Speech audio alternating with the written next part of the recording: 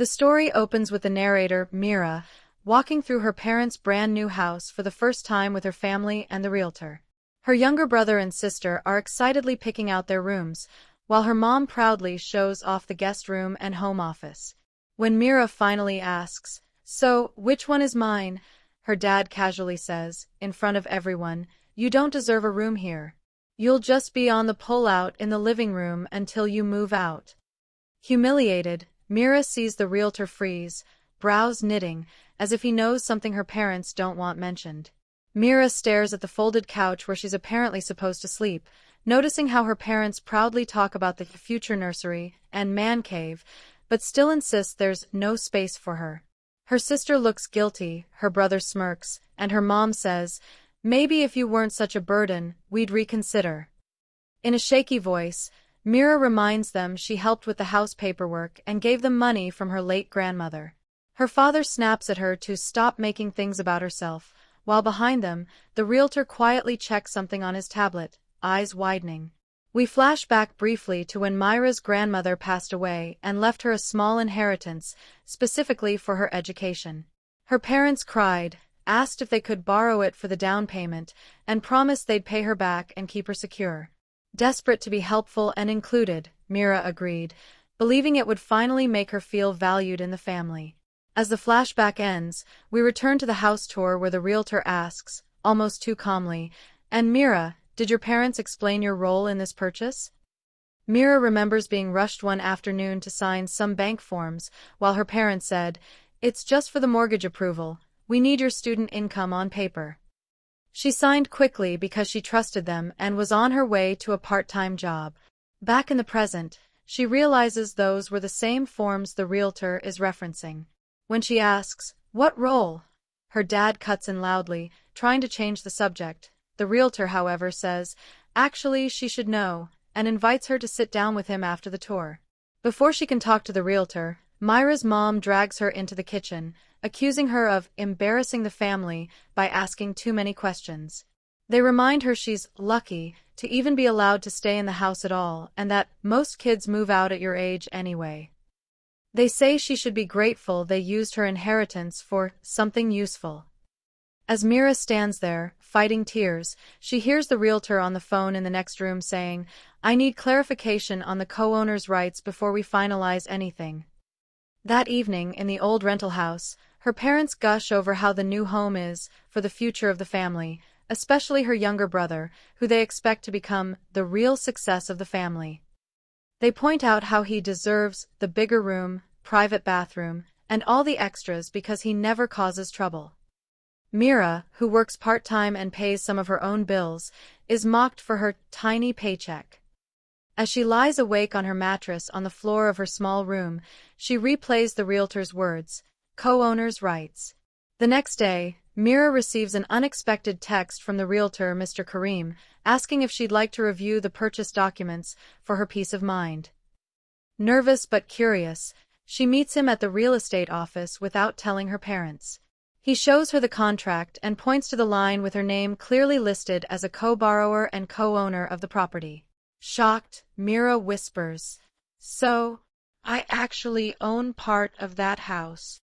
Karim nods slowly and says, "Legally, yes, and that comes with rights your parents might be ignoring."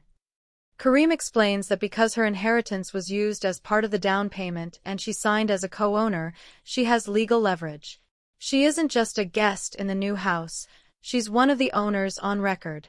If she's excluded or mistreated, it could complicate the closing and even raise questions with the lender.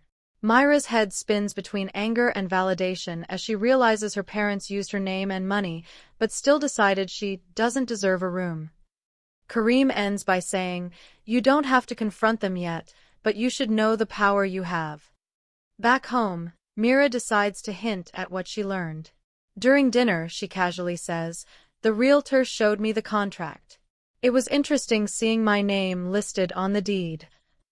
Her parents freeze, then laugh it off, claiming it's just paperwork technicalities, and that she shouldn't act like the house is hers. Her dad's tone gets sharper, "Don't start getting greedy." A chill runs down Myra's spine as she realizes they're fully aware of how they used her. Then her mother adds, If you keep pushing this, we'll regret ever including you at all. Later that night, her parents knock on her door and tell her that, actually, they've been thinking she should find her own place sooner rather than later. They say the new house is a fresh start, and that she brings too much negativity. They hint they might correct the paperwork and have her removed from everything if she keeps being dramatic. Mira doesn't know if they can actually do that, but the threat terrifies her. Still, buried under the fear is a burning fury that they're trying to erase her from a life she partially paid for. Mira starts quietly gathering evidence: screenshots of bank transfers from her inheritance, copies of the will and letter from her grandmother, and the documents the realtor showed her. She also finds older messages where her parents promised, "You'll always have a secure place in our home because of this." Each screenshot feels like a small piece of power being reclaimed. As she compiles everything into a folder, she stumbles on a clause in the contract that mentions all co-owners needing to agree on any major changes, which gives her an idea. Feeling overwhelmed, Mira opens up to her best friend, Nia, explaining everything: the missing room, the humiliation, the co-ownership. Nia is furious on her behalf and tells her, "They're counting on you staying quiet." Together, they look up tenants and co-owners' rights, learning just how much leverage Mira may actually have. Nia suggests they talk to a lawyer or, at the very least, loop in the realtor more formally. Mira hesitates, scared of blowing up her family, but then remembers her parents saying she never deserved a room. The fear starts turning into resolve. On the next visit to the new house, Mira tries a softer approach. She walks into the future nursery and asks, calmly, "Could this be my room for now? When you have another baby, I'll have moved out."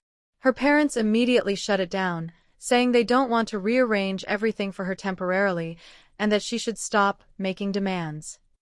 Her father adds, "Be grateful you're even allowed to stay on the couch." Mira simply replies, "As a co-owner, I think I'm allowed to ask," and watches their faces blanch as they realize she isn't backing down. That night, her parents whisper in the kitchen, not noticing Mira is nearby. They talk about asking a family friend who knows a guy to fix the paperwork and get her name off quietly. They also discuss accelerating her move-out date by giving her a fake deadline and pushing her out. Hearing this, Myra's heart breaks, but something clicks. They're not powerful, they're scared. Instead of confronting them in the moment, she records a voice memo of their conversation and sends it to her email as backup.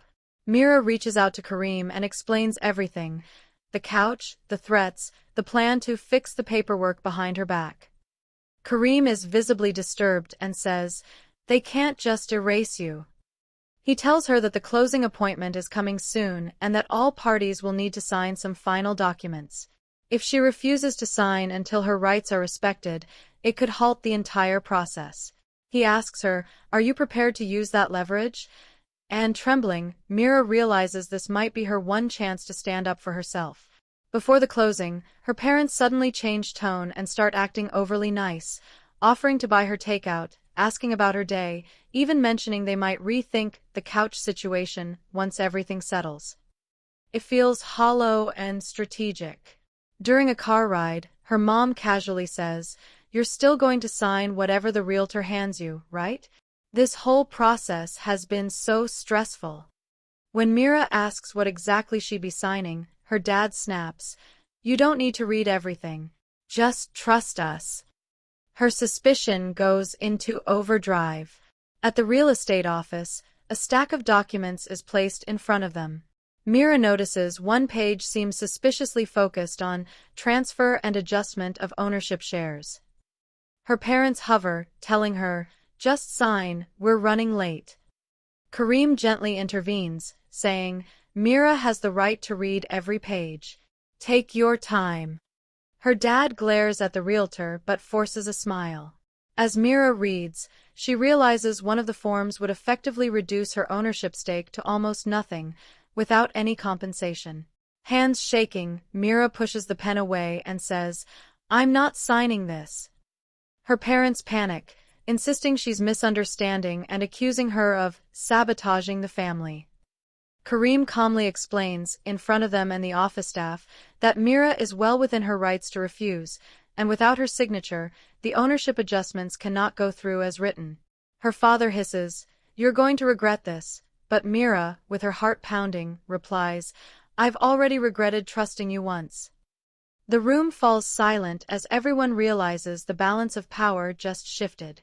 Kareem clears his throat and, still in the conference room, lays out the facts plainly.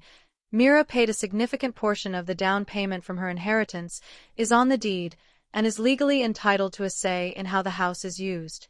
He adds that her being denied a bedroom while the house has multiple spare rooms could raise serious ethical and possibly legal concerns. Her parents flush with embarrassment as staff glance over. Feeling cornered, her mother mutters, "We're her parents, we can do what we want." Kareem responds, "Not with her property and money."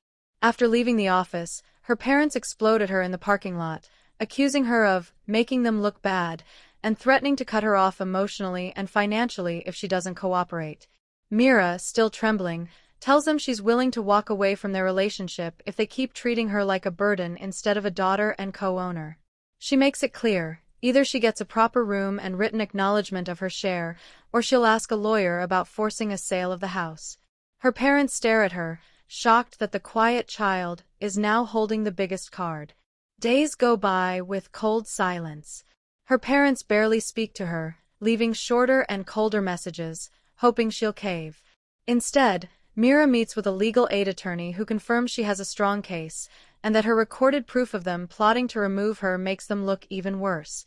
The attorney explains the options: negotiation, mediation, or legal action leading to potential forced sale. That night, Mira drafts a calm, detailed email to her parents outlining exactly what she knows, and exactly what she's prepared to do. Mira sends the email, attaching copies of the contract, screenshots of the inheritance transfer, and a transcription of their fix-the-paperwork conversation. She gives them a firm but reasonable proposal. She keeps her full ownership share, gets a proper bedroom in writing, and they sign an agreement promising not to alter her stake without her consent, or she will initiate legal action that could delay or derail their move. Hours later, her mom calls, voice trembling, not with anger this time, but fear, and says, "We need to talk. Face to face." They meet in the empty living room of the new house. Her parents try one last emotional manipulation.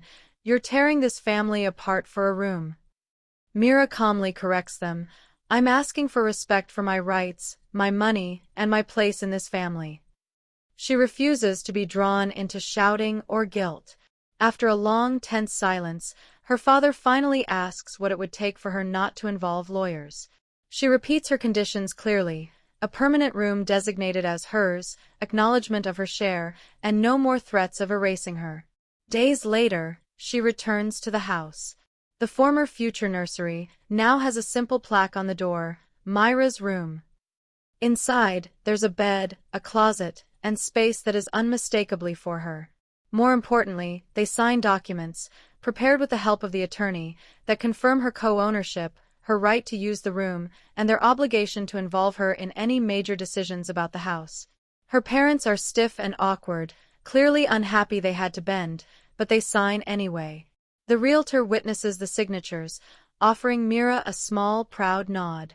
The story closes with Mira sitting on her bed in her new room, looking around at the space she fought for. She reflects that her revenge wasn't about kicking her parents out or destroying them. It was about forcing them to finally recognize her value and the truth of what they did. She sets new emotional boundaries. She will stay only as long as it's healthy and respectful, and she will never again let anyone use her money or signature without understanding it.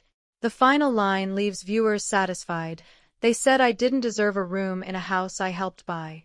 Now, not only do I have one, but I have the power to walk out of it on my own terms."